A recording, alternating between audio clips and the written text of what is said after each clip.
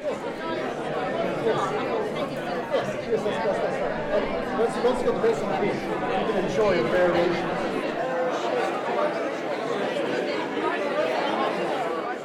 Hello and welcome. My name is Juan Cruz. I'm the Dean of Fine Art here at the Royal College of Art. And it's a real pleasure to welcome you to this, the second day of the AICA Congress for 2015.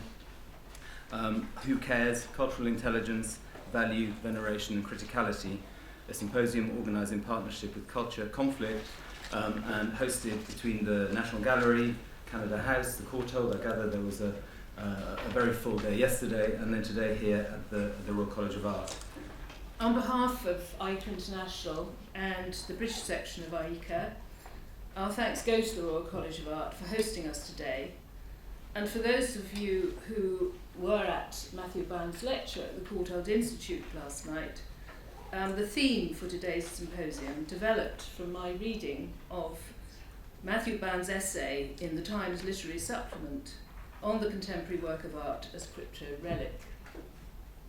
It seemed to me to open up perspectives on the realities of the contemporary art world and its imbrication, I would argue, and its complicity with certain contemporary conditions. So speculation has become the epitome of this moment. It has been commonly used in recent years in philosophy, literature, politics, arts and science. As varied as the usages of the term may be, although it's varied, the current emergence of speculation in these different fields stems from the world of financial capital. Nominally, the artist is in a privileged position. When the artist creates the artwork, controls the process from initial idea to finished product, there is none of the alienating labour attendant on most people's work.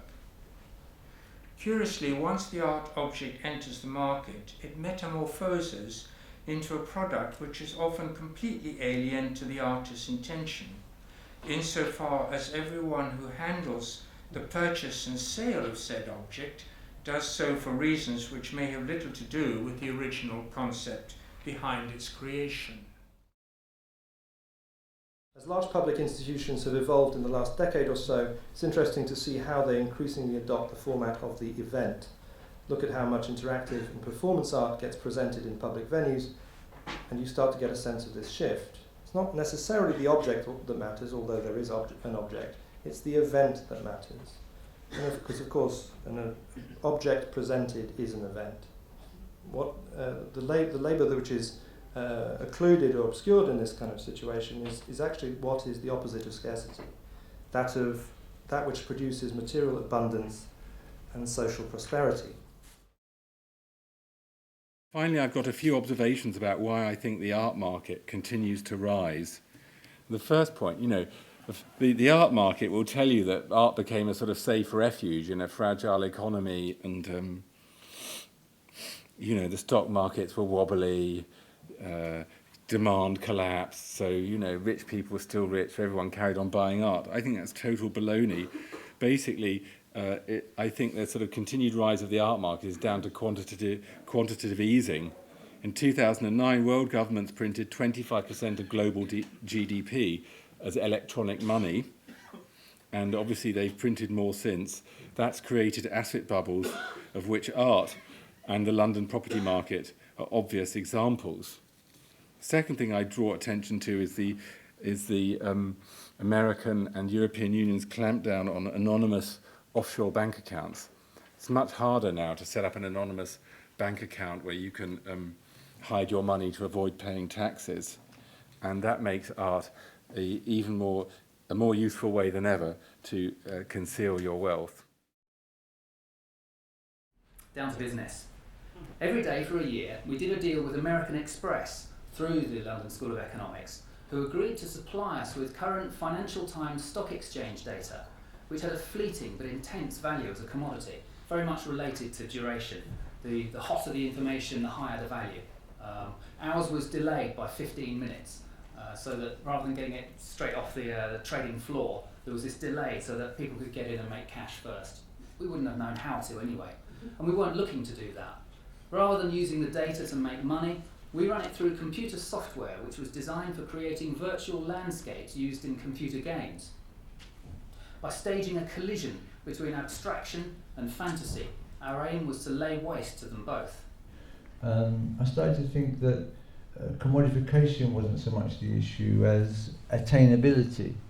This idea that art represents the attainable or the unattainable, an object of desire perhaps, but maybe concentrating on this concept of the attainable rather than the object. We always assume that certain parties are the vandals, and you know there is a case to be made for the law being the vandal in this and in other instances. Final question that needs addressing is a relatively straightforward one. Does the work of art today and criticism expose political tensions within social relations, or just epitomise and thereafter legitimise them? Me may want to ask one final question. Can art expand upon a horizon of potential engagement in a transformative politics? And perhaps even more importantly, why do we continue to expect it to do this? What are our motivations in wanting art to be politically transformative, ethical, or indeed politically conscientious? Perhaps a more honest approach would be to just continue supporting churning out colourful trinkets and products for the 1% with the means to purchase so-called blue chip art, and put all this talk of ethical and political tensions and responsibility to one side. This is the story that goes like this.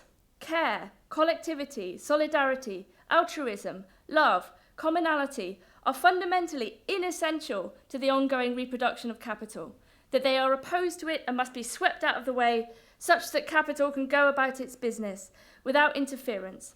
And besides, these things are sentimental and feminized anyway. We don't need them, neither right nor left. If we must make ourselves hard, let it be through our relations and passions, and let art be the bearer of this weaponization of the affects. To make empathy militant, to admit that care is everything, to overcome cynicism and the embarrassment of pretending to think that an algorithm would make a better friend than your neighbour. If art persists in making us feel, making us soft, it should be because it reminds us that what looks like weakness from one direction is in fact the basis of our collective strength.